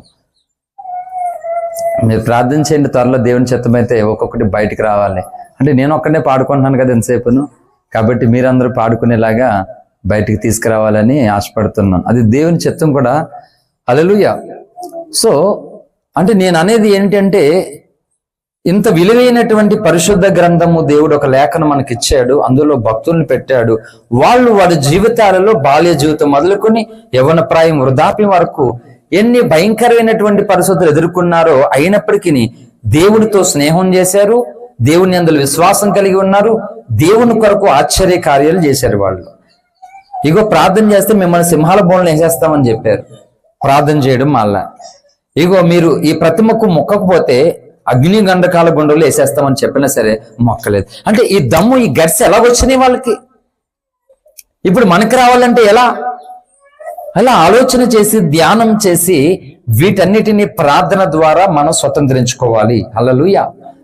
అన్నిటికీ ప్రార్థన. అందుకే అమెరికా దేశంలో గొప్ప సేవ చేసినటువంటి దైవజనుడు బిల్లీ గ్రహం గారిని అడిగారు, అయ్యా దైవజనుడా, మీరు ప్రపంచవ్యాప్తంగా ఇంత ఆశీర్వాదం పొందారు, ఇంత పేరు పొందారు, సో మీరు ఇంత ఉన్నత స్థితిలో రావడానికి కారణం ఏంటో చెప్పండి అంటే ఆయన 3 సీక్రెట్లు చెప్పాడు. నేను ఈరోజు ఇంత గొప్పవాడిని అవ్వడానికి కారణం ఏంటంటే ప్రార్థన అన్నాడు. ఈరోజు నా ప్రభువు నన్ను అనేక స్థలాల్లో వాడుకోవడానికి కారణం ఏంటంటే ప్రార్థన అన్నాడు. అనేకులు యేసునందు విశ్వాసం ఉంచి ఆయన తట్టు తిరిగి అద్భుతాలు ఆశ్చర్యకార్యాలు పొందుతూ ఉన్నారంటే ప్రార్థన అన్నాడు. ఎందుకని ఏం చెప్పాడు? ప్రార్థన చెప్పాడు. అంటే ఈజీగా చూడండి, ప్రార్థన ప్రార్థన ప్రార్థనే, కానీ ఆ ప్రార్థన ఎలాంటిది అంటే చూడాలి, ఇలాగా ఎక్కడో ఈ ఆకాశములన్నీ దాటి అవతల ఉన్నటువంటి దేవుడిని ఆ ప్రార్థన మన దగ్గరికి రప్పిస్తుంది. అంత శక్తి కలిగింది ప్రార్థన. సింపుల్ కాదు ప్రార్థన అంటే, ప్రేయర్కి ప్రార్థనగా అనేది అక్కడ ఉన్నటువంటి దేవుడిని ఇక్కడ తీసుకుని వస్తుంది. అంతేకాదు, మీకు విషయం చెప్పిన, మన చుట్టూ కొన్ని వేల దెయ్యాలు మన చుట్టూ ఉంటాయి ఎప్పటికప్పుడే. మనం ఏమన్నారు, దైవజనం లక్షలు అన్నారా? హల్లెలూయా. చూడండి, లక్షల్లో ఉంటాయండి దెయ్యాలు. మనకి కళ్ళు ఏదో తెల్లసీర కట్టుకోండి ఎరబోసుకుని కనిపించే దానికి భయపడతాం. మన కళ్ళ ఎరబోసుకుని తెల్లసీర కట్టుకోవడం కాదు, మనం గనక దేవుడు ఆ మనోనేతలు ఇచ్చాడంటే చుట్టూ ఎన్ని దెయ్యాలు ఉన్నాయి చూసి చచ్చిపోతాం మనం. అందుకని దేవుడు చూపించాడు కొన్ని, తెలుసా? ఇన్ని రకాల దెయ్యాలు భయపడతాయి మనం ప్రార్థన చేస్తే. ఇప్పుడు చెప్పండి, ప్రార్థన చేసుకోకపోతే దెయ్యాలు దాడి చేస్తాయా లేకపోతే సైలెంట్గా ఉంటాయా? దాడి చేస్తాయి మన మీద. అందుకే ప్రార్థన చేస్తుంటే దెయ్యాలకి భయం కలుగుతుంది. చూడండి, మనం అంటే భయం ఉండదు దానికి. ఏ పాట పాడుకో, ఏ వాక్యం చెప్పుకో, అవి కూడా ఉంటాయి ఇక్కడ, తెలుసా? అవి కూడా ఉంటాయి దెయ్యాలు. రాత్రి కూడా నిన్న కూడా చెప్పాను ఉపవాస ప్రార్థనలో చిన్నవలసలను, చాలా దెయ్యాలు ప్రతి ఒక్కరి ఇంట్లోనూ ఒంట్లోనూ ఉన్నాయని చెప్పాను. క్రైస్తవుల్ని మన ఒంట్లో కూడా బోల్డ్ దెయ్యాలు ఉన్నాయి, ఇంట్లో కూడా దెయ్యాలు ఉంటాయి. ఒంట్లో దెయ్యాలు పోకపోతే కానీ ఇంట్లో దెయ్యాలు పోవని చెప్పాను. హల్లెలూయా. సో చదవన్నటువంటి వాక్యము, మంచి సైనికులు, క్రీస్తు యేసు యొక్క మంచి సైనికులుగా ఉండాలంట మనం. చాలా మంది సైనికులు ఉన్నారు, మీకు చూపెడతాను ఎందుకు మంచి సైనికులు అన్నారో. యోహాను సువార్తలోనికి రండి ఒకసారి. యోహాను సువార్త 19వ అధ్యాయము 19వ అధ్యాయము 2వ వచనం చదవండి అమ్మ. సరిగ్గా కలిపి చదవకూడదు తల్లి. ఆయన తల మీద పెట్టి ఓదారంగు వస్త్రములు ఆయనకు తొడిగించి ఆయన యొద్దకు వచ్చి, యోధుల రాజా శుభమని చెప్పి ఆయనను అరచేతుల్లో కొట్టిరి. పిలాతు మరలా వెలుపలికి వచ్చి, ఇదిగో ఈయన యందు ఏ దోషమును నాకు కనబడలేదని మీకు తెలియనట్లు ఈయనను మీ యొద్దకు వెలుపలికి తీసుకుని వచ్చుతున్నా. చాలండి. చూడండి, ఈ లోక సైనికులు ఉన్నారు, ఈ లోక సంబంధమైనటువంటి సైనికులుండి యేసుప్రభు వారిని ఏం చేశారట? కిరీటం మళ్ళీ, ముళ్ళ కిరీటం మళ్ళీ ఆయన తలపై గుచ్చారు, ఆయన కొట్టారు, ఆయన హింసించారు, అవమానపరిచారు. అంటే ఈ లోక సంబంధమైనటువంటి సైనికులు రక్షకుడిని గాయాలు పాలు చేస్తున్నారు, అవమానాలు పాలు చేస్తున్నారు, గేలి చేస్తున్నారు, నిందిస్తున్నారు, దూషిస్తున్నారు, కొడుతున్నారు, తిడుతున్నారు. ఇప్పుడు ఆ సైనికులు ఏ సైనికులు చెప్పండి? ఇప్పుడు మంచి సైనికులా? ఏ సైనికులు వీళ్ళు? దేవ విరోధమైనటువంటి సైనికులు వీళ్ళు. అంటే దేవ దూషణ చేసే సైనికులు, దేవుని కార్యాలను ప్రజలకు కనబడకుండా అడ్డగించేటువంటి దుష్ట సైనికులు వీళ్ళు. అందుకని నువ్వు నేను ఎలా ఉండాలంటే మంచి సైనికులుగా ఉండాలి. ఎప్పుడు చెప్పని సందేశం చెప్తున్నాను ఇక్కడ. హల్లెలూయా. దుష్ట సైనికులు ఉన్నారు, దేవునికి నష్టము కలిగించి సంఘాలను పాడు చేసి దేవుని ప్రజలను దేవునికి దూరం చేసేటువంటి సాతానుక సైనికులు ఉన్నారు. అందుకని దేవుని నమ్మినటువంటి నువ్వు సైనికురాలు కావాలి. ఎలాంటి వారు అంటే మంచి సైనికులు. హల్లెలూయా. చెడ్డ సైనికులుగా ఏం చేస్తున్నారంటే పని పాడు చేస్తున్నారు. మంచి సైనికుడు ఏం చేయాలి? ఇప్పుడు పాడైపోతున్నటువంటి పనిని ముందుకు జరిగించాలి. హల్లెలూయా. అందుకు దేవుణ్ణి ఆరాధిస్తున్నటువంటి తన జనులు, తన ప్రజలు, ఏ సంఘానికి వెళ్తున్న వారైనా అందరినీ ఆయనే కన్నాడు, ఆయన్ని రక్షించుకున్నాడు గనక అందరినీ మంచి సైనికులుగా చూడాలనుకుంటున్నాడు. యోబు అంటాడు, యోబు గ్రంథంలోనికి రండి. యోబు గ్రంథం 7వ అధ్యాయము 1వ వచనం, త్వరగా ముగించుకుందాం. భూమి మీద నరుల కాలము యుద్ధ కాలము కాదా? చాలండి. భూమి మీద అంట నరుల కాలం అంటే మన కాలం అంట యుద్ధ కాలమేనంట. అంటే యుద్ధం చేయవలసిందే బ్రతకాలంటే మనం. ప్రతిరోజు యుద్ధం చేయవలసిందే ఏంటి. నేను నా కొటేషన్ చూశాను ఫేస్బుక్లో, కొంచెం బాధ అనిపించింది మనసుకి. ఏంటో తెలుసా, బాల్యంలో స్కూల్కి వెళ్ళమని తల్లిదండ్రులు అంటే మేము కూడా తాతని మామని అమ్మమ్మని చంపేసేవాళ్ళం స్కూల్కి వెళ్ళడానికి. తిమ్మతి గారు, దర్బాబు గారు అర్థమైందా?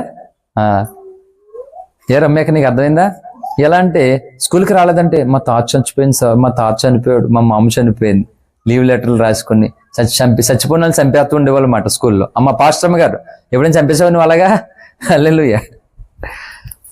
అంటే ఇంకా కడుపు నొప్పి వచ్చేస్తుంది. ఈ సెలవులు, స్కూల్ సెలవులన్నీ అయిపోతాయి, స్కూల్ తీసేసరికి మనసు ఒప్పదు వెళ్ళడానికి ఇప్పుడు పిల్లలకి కదా.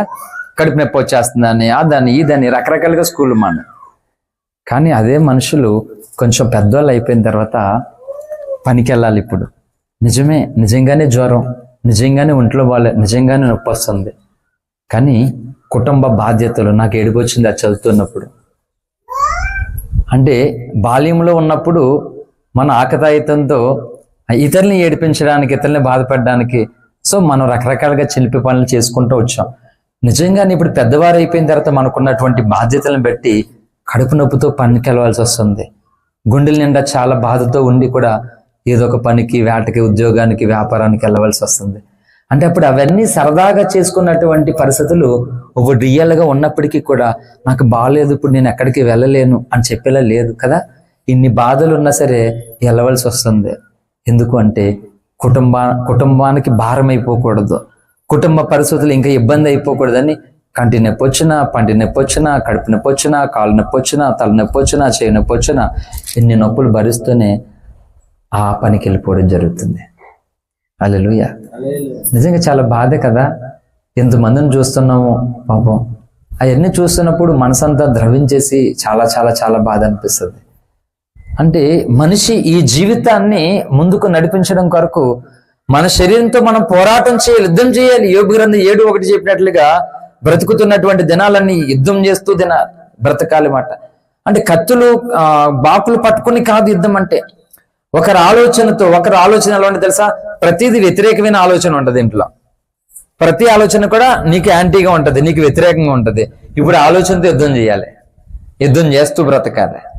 అలాగా ప్రతి క్షణము కూడా పుట్టినది మొదలుకుని మనకు తెలిసిన ప్రాయం నుండి వృద్ధాప్యమై చనిపోయే వరకు కూడా ఇగో ఈ ఆలోచన చెప్పిన యుద్ధం చేస్తూ బ్రతకాలి, లేకపోతే పోరాడలే, ముందుకు సాగలే. ఎన్నో అవమానాలు ఎదుర్కొంటే గానీ ఒక సక్సెస్ఫుల్ గా ముందుకు సాగలే. అవమానం వచ్చిందా, ఎలా అంటున్నారు అలా అంటున్నారని అక్కడే ఆగిపోయామనుకో, మనం చెప్పుకోవడానికి ఏముండదు. అవమానాలు, నిందలు వచ్చినా సరే తెగించి పోరాడి ముందుకెళ్ళామనుకో, చెప్పుకోవడానికి బోల్డ్ అన్నీ ఉంటాయి. హల్లెలూయా. అందుకనే ఓటమి వచ్చినా, నింద వచ్చినా, అవమానం వచ్చినా, కష్టం వచ్చినా అక్కడ ఆకండి, అసలు రాజీ పడొద్దు. అసలు అది సాతాను కుట్ల, నువ్వు ఆగిపోవడం.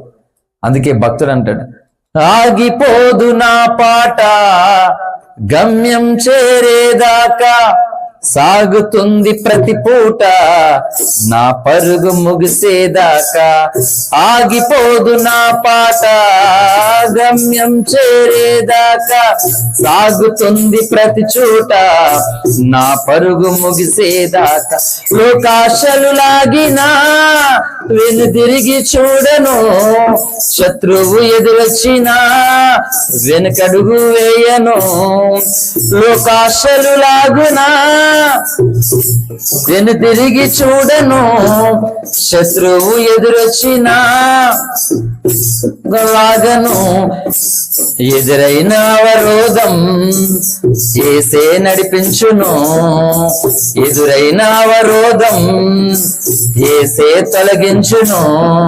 స్థిరమైన విశ్వాసం నాలో కలిగించెను, స్థిరమైన విశ్వాసం నాలో కలిగించెను. ఆగిపోదు నా పాట గమ్యం చేరేదాకా, సాగుతుంది ప్రతి పూట నా పరుగు ముగిసేదాకా. హల్లెలూయా. స్టీవెన్సన్ గారు రాసినటువంటి పాట. ఎప్పుడో పాడుకున్నాం, అంత ఐడియా లేదు. లిరిక్స్ అయితే కరెక్ట్ గానే పాడాను. చూడండి, లోకాశలు అంటే ఒకరిని లాగుతున్నాయట, ఆగిపోవాలన్నటువంటి ఒక పరిస్థితి ఎదురవుతుంది. కానీ ఆగిపోదు నా పాట.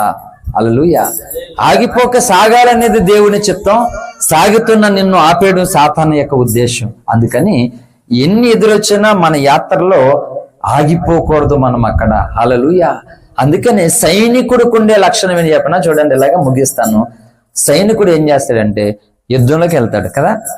యుద్ధంలోకి వెళ్ళినటువంటి సైనికుడు ఏం చేస్తాడంటే డూ ఆర్ డై, చావో రేవో తేల్చుకోవడానికి వెళ్తాడు యుద్ధంలోకి. అంతేగాని బాబో రమ్య యుద్ధానికి వెళ్తున్నాను కదా, ఆడు కత్తెట్టుకుని పొడిచేస్తే రక్తం వస్తుందంటవా అని అడుగుతాడా? అడగడు కదా. నేను గుస్తే ఆడికి రక్తం వస్తుందా అని అడగడు కదా. అసలు సైనికుడు తత్వం ఏంటంటే చావో రేవో చావో తేల్చుకుంటాడు అనమాట.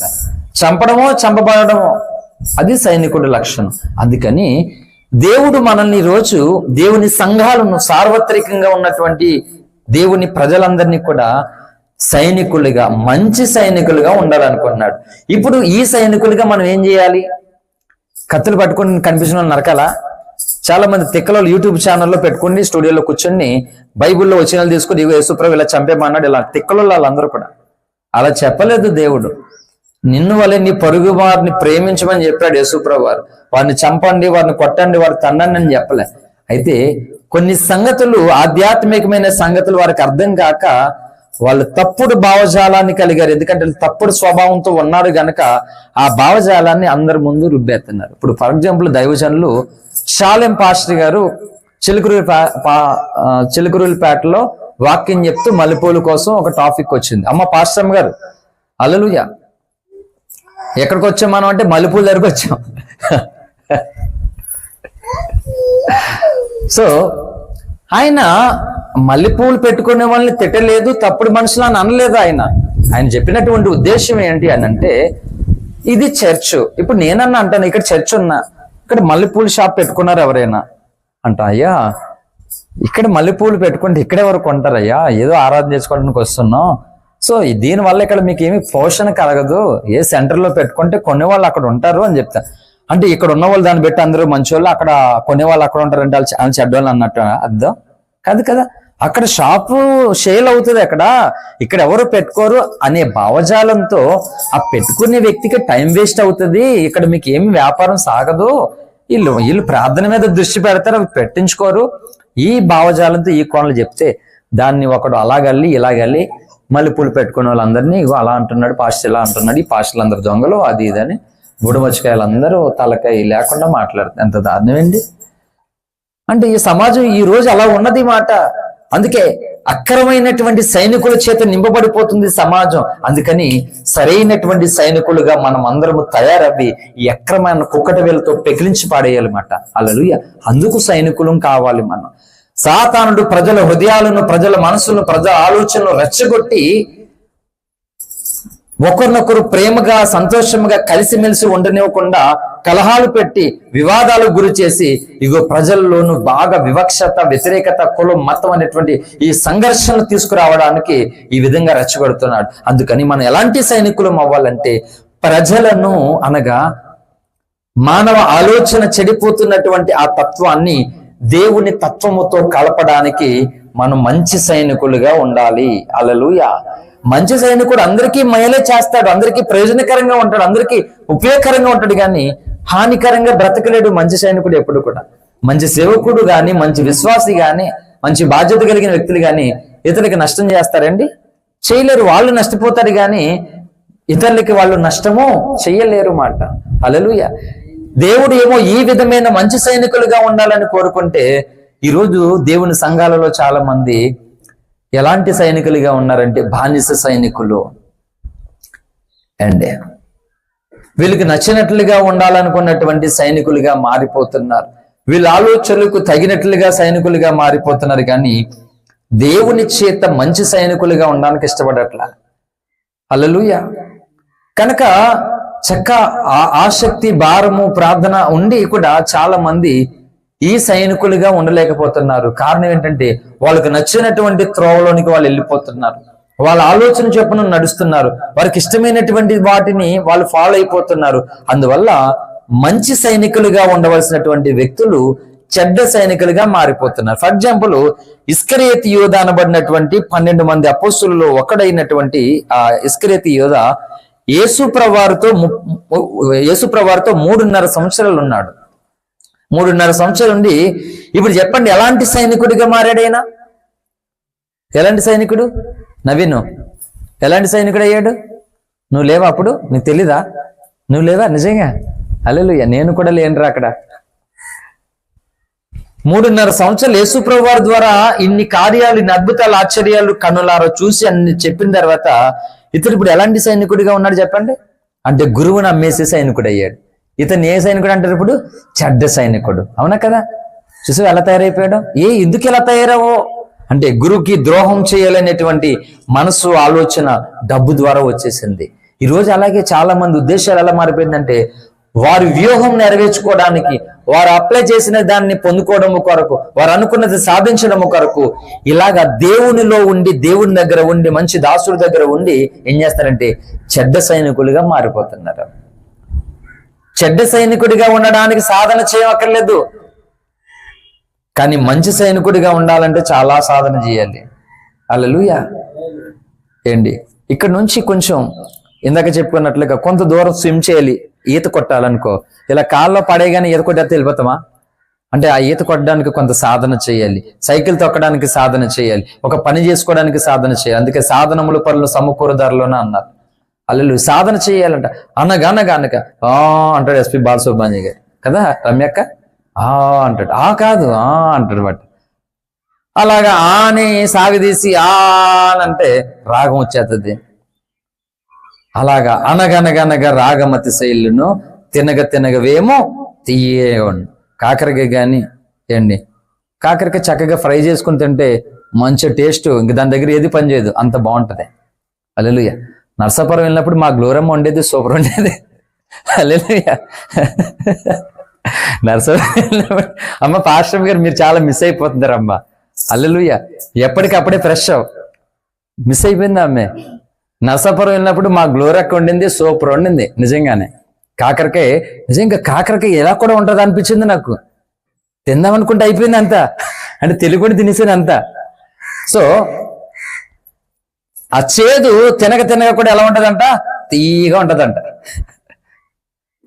అలాగా ఆ సాధన అనేది చేయగా ఏంటంటే సమకూర్చిపోతుందంట. సాధనముల పనులు సమకూరుదల. ఇప్పుడు చూడండి, పక్షులు గూడు కట్టుకునేటువంటి విధానాన్ని చూడండి. ఏం చేస్తుంది?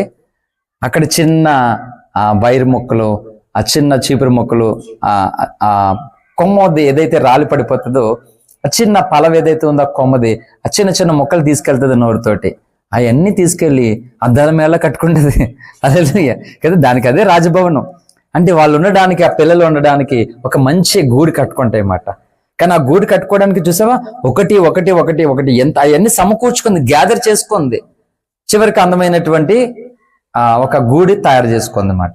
అలాగనే మనము మంచి సైనికుడు అవ్వడానికి, దేవుని చేత వాడబడేటువంటి సైనికుడిగా, దేవునికి ఉపయోగపడేటువంటి సైనికుడిగా ఉండడానికి సాధన చేయాలంట. మనం సాధన, హల్లెలూయా. సాధన చేస్తే ఏదైనా అవుతుంది మాట. సాధన చేయకుండా నా వల్ల కాదు అనుకుంటే, ఇక్కడ పురాణాలలో అవసరాన్ని బట్టి చెప్తాను. సీతమ్మ గారిని రావణాసుడు ఎత్తుకెళ్ళిపోయినప్పుడు ఆ సప్త సముద్రాల అవతల నుండి తీసుకురావాలంటే జాంబవంతుడు ఈ యొక్క వానర సైన్యానికి హెడ్. పురాణం చదివాను, రామాయణం చదివాను, మొత్తం స్టోరీ విన్నాను, నా దగ్గర ఉంది, చదివాను, నా కళ్ళతో చదివాను, నోటితో చదివి, కళ్ళతో చూసి, ప్రతి పేజీ చేత్తో తాకి మొత్తం అంతా కంప్లీట్ చేశాను. 14 రోజులు పట్టింది చదవడానికి. సో ఎందుకు చెప్తున్నానంటే, తీసుకురావడానికి ఎవరు సాహసం చేయట్లేదు. అప్పుడు జాంబవంతుడు అంతటా హనుమంతుడి దగ్గరికి వచ్చి, హనుమా ఇది ఎవరి వల్ల కాదు, నా వయసు అయిపోయింది, నేను ఎగరలేను, ఇప్పుడు నీ వల్లే సాధ్యం, నీవు ఈ సముద్రాలు దాటి నువ్వు తీసుకెళ్ళి రాగలవు, నీకు అది అవుతుంది అని చెప్పిన తర్వాత ఫస్ట్ అతను నా వల్ల కాదు, నేను చేయలేనిది పని అంటాడు. కానీ అతడు చెప్పిన తర్వాత అవుతుంది, నీకే అవుతుంది, ఎవరి వల్ల కాదు అని అంటే తను సాహసం చేశాడు, పూనుకున్నాడు. ఆ కథలు అక్కడ రాయబడినట్లుగా వెళ్ళిపోయాడు. అలాగనే మనం ఇక్కడ ఆగిపోతే, రాదని ఆగిపోతే ఏమైనా జరుగుతుందా? అవుతుందా? ఏమవుద్దు, ఎప్పటికీ అవద్దు. చూడండి, తాబేలు కుందేలు కథలు ఎవరు గెలిచారు? నవీన, నేను గెలిచానంటే ఎవరు గెలిచారు? తాబేలు గెలిచింది. హల్లెలూయా. ఇప్పుడు నువ్వు తాబేలు అవుతావు, నేను కుందేలు అవుతాను, చూద్దాం గెలుతారేమో అని. తాబేలు కుందేలు కథలో ఎందుకు తాబేలు గెలిచింది అంటే ఒకటే, చూడండి, తాబేలు తన ప్రయత్నం చేయడంలో ఓడిపోలే, అందుకు గెలిచింది. నేను తాబేలుని, ఇది కుందేలు కదా, నేను దీన్ని పోటీ వేస్తున్నారు, ఇంత దారుణం కదా అసలు అని నత్తకి నాకు పోటీ అత్తే బాగుండేది అని అనుకోవచ్చు తాబేలు.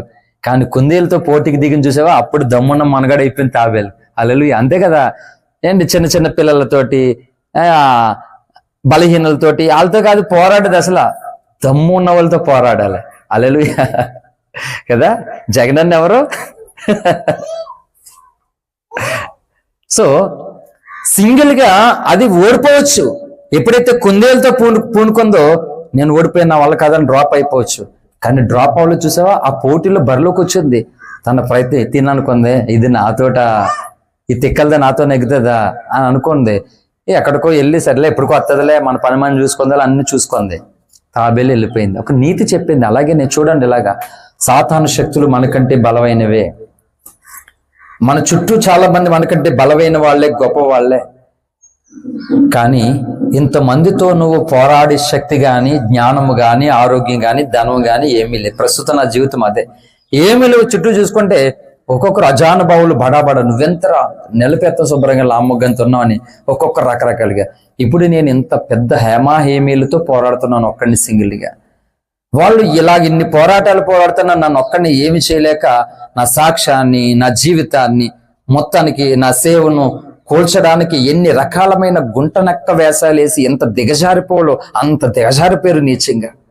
నిజం చెప్తున్నాను. క్రైస్తవులు అండి, అన్ని సంగతి పక్కన పెడతాం పోనే.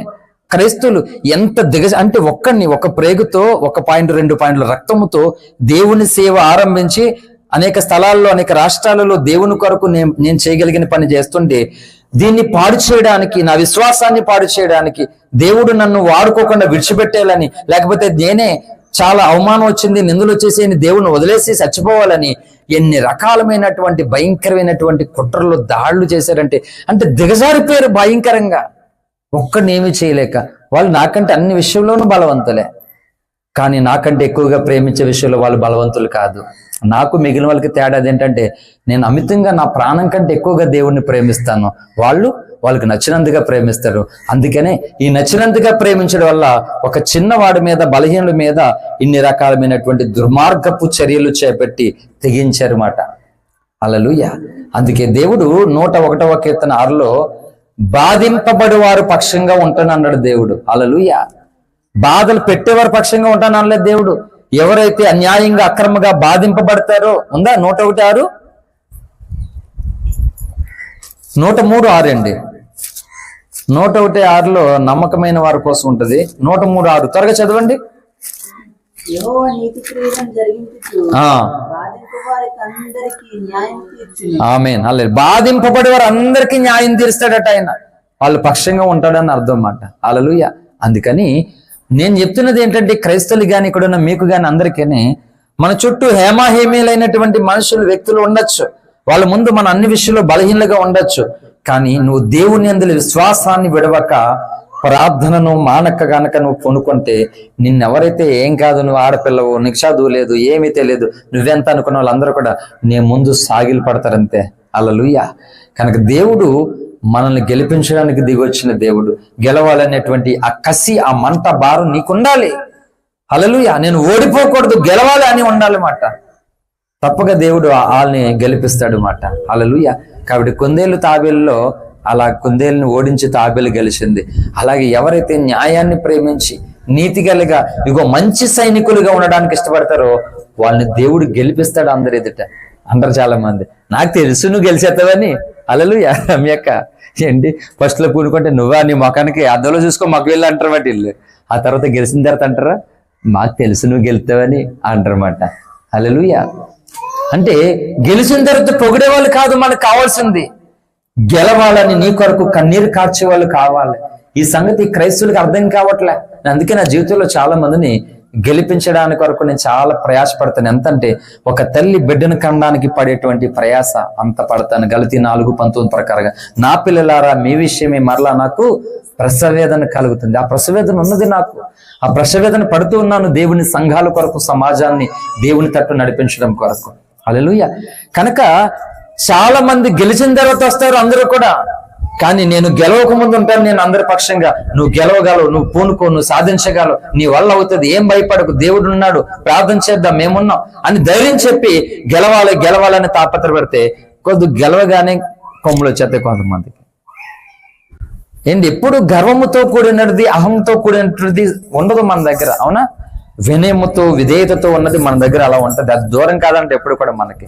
అందుకే బంధాలైనా సరే చూడండి, గర్వంతో అహంతో ఉన్న వాళ్ళు మనతో ఉండలేరు, తప్పగా ఉండలేరు మాట, దూరం అయిపోతారు ఖచ్చితంగా. విధేయతతో వినయముతో మనం కలిసి ఉండాలని మనసు కలిగిన వాళ్ళు ఉంటారు, దేవుడు ఉండనిస్తాడు. నాకేంటి, నేనేం చేయలేనా అనే స్వభావం కలిగినటువంటి వారు ఉండలేరు, దేవుడు ఉండనీయడు, పక్కకు పెట్టేస్తాడు మాట. హల్లెలూయా. కాబట్టి గెలవాలడానికి ప్రయాసపడుతున్నటువంటి వారిని మనం అనుసరించాలి అట. గెలిచిన తర్వాత పొగిడే వాళ్ళు కాదు, గెలిచిన తర్వాత ఎవరైనా వస్తారు బుడమొక్కలు.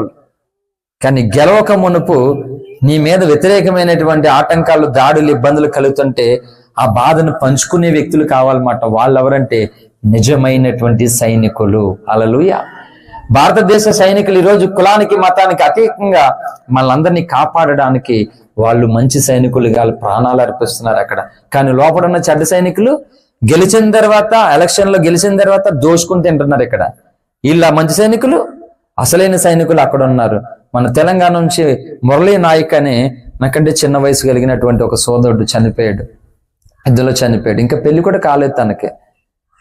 చిన్న వయసులోనే దేశం కోసం తన ప్రాణాలు అర్పించాడు మురళీ నాయక్ గారు. రీసెంట్గా సుమన్ టీవీ వాళ్ళు యాంకర్ రోషన్ మొన్న ఒక ప్రోగ్రాం చేశారు వాళ్ళ తల్లిదండ్రులతో, పేరెంట్స్ తోటి. చెప్తున్నాను కనుక మంచి సైనికులేమో ఎవరికి కనబడకుండా రాత్రింబగలు కష్టపడి మంచులోను వర్షంలోను ఎండకి ఇంత బాధలు పడుతూ దేశాన్ని కాపాడుతుంటే, చెడ్డ సైనికులు లోపడే ఉండి మనల్ని దోచుకుని నీ కులం ఇది, నీ మతం ఇది, మన కులం ఎలా అన్నారు, వాళ్ళ మతం ఎలా అన్నారు, రెచ్చగొట్టేస్తున్నారు. ఇప్పుడు జరుగుతుంది అదే కదా, రెచ్చగొడుతున్నారు. బైబిల్ తిట్టి బైబిల్ మీద రకరకాలుగా మాట్లాడినప్పుడు ఈ అమ్మలెక్కలు రాలేదు, ఎవరు కూడా ఈ ఛానల్లో మాట్లాడలేదు. తప్పురా, అలా ఒకరు ఆరాధించి మత గ్రంథం మీద వీరంత దారుణంగా ట్రోల్ చేయడం కరెక్ట్ కాదని ఒకటి చెప్పలేదు నీతికవులు. ఇప్పుడు మల్లెపూల కోసం ఆయన మాట్లాడిన మాట పూర్తిగా వినకుండా దాన్ని ట్రోల్ చేస్తూ మొత్తం ఉల్టా చేసి సొంకటంగా చేసి అందరూ వచ్చేస్తున్నారు. పెట్టుకునే వాళ్ళు వచ్చేస్తున్నారు, పెట్టుకోలేని వచ్చేస్తున్నారు, ఇష్టం లేని వచ్చేస్తున్నారు, ఇష్టం లేని వచ్చేస్తున్నారు. హల్లెలూయా. అందరూ మల్లెపూల మీద పడ్డారు. తిమోతి గారు కొత్తగా వెళ్ళే ఇవ్వాలి. పెళ్లి కూతుర్లు పెళ్లిళ్ళు మల్లెపూలకి ఎక్కడ కనబట్టలేదు ఇప్పుడు, ఎందుకంటే ఈ మల్లెపూలు అంతా వాళ్ళు అక్కడ కమ్మేశారు మాట. ఇప్పుడు అంత దారుణంగా ఉంది. ఈ మత గ్రంథం జోలికి అంత ట్రోల్ చేసినప్పుడు ఎందుకు లేదు బాధ? హల్లెలూయా. కాబట్టి నేను చెప్తున్నది ఏంటంటే ఇలాగా ఫైనల్గా నువ్వు ఎలా ఉన్నావో అలా ఉండొద్దు అనేది దేవుని ఉద్దేశం మాట. నువ్వు ఎలా ఉండాలంటే ఒక సైనికులాగా, సైనికురాల్లాగా లేవాలి. ఒక ఝాన్సీ లక్ష్మీబాయి, ఒక రుద్రమ్మదేవి, వీరనారి నేను చదువుకున్నప్పుడు ఆ స్త్రీలంటే నాకు చాలా ఇష్టం మాట. హల్లెలూయా. రుద్రమ్మదేవి, ఝాన్సీ లక్ష్మీబాయి, సో వీళ్ళందరూ కూడా సావిత్రి పూలే, వీళ్ళందరూ కూడా చాలా ఆ దినాలలో స్త్రీ అంటే విలువలేనటువంటి సమయాల్లో స్త్రీ ఏమి తక్కువ కాదని చెప్పేసి ప్రపంచం వాళ్ళ వైపు చూసేలాగా పురుషుల కంటే కూడా ఉన్నత స్థానాన్ని సాధించారన్నమాట వాళ్ళు. హల్లెలూయా. కాబట్టి రోజు దేవుని నమ్ముతున్నటువంటి మనము చెడ్డ సైనికుల చేత దేవుని పని పాడైపోతూ ఉన్న సమయాలలో ఇగో మంచి సైనికుల వలె, క్రీస్తు యేసు యొక్క మంచి సైనికుల వలె దేవుని సంఘాన్ని కాపాడుకుంటూ, సమాజాన్ని పరిరక్షణిస్తూ, ప్రజలకు సువార్తను అందిస్తూ, అవసరమైతే శ్రమను పొందుతూ మంచి సైనికులుగా దేవుని కొరకు జీవిద్దాం. అటువంటి ధన్యత పరిశుద్ధాత్మ దేవుడు ఇక్కడ చేరి ఉన్న మనకిని, నేను దేవుని కొరకు బ్రతకాలని యథార్థ హృదయాలందరికీ కూడా ఇటువంటి కృప దేవుడు అనుగ్రహించునుగాక. ఆమేన్, ఆమేన్. Thank you. అందరికి వందనాలు. ప్రార్థన చేసుకుందాం. అందరి తలలో ఉంచి ప్రార్థనలు ఏకీవించండి.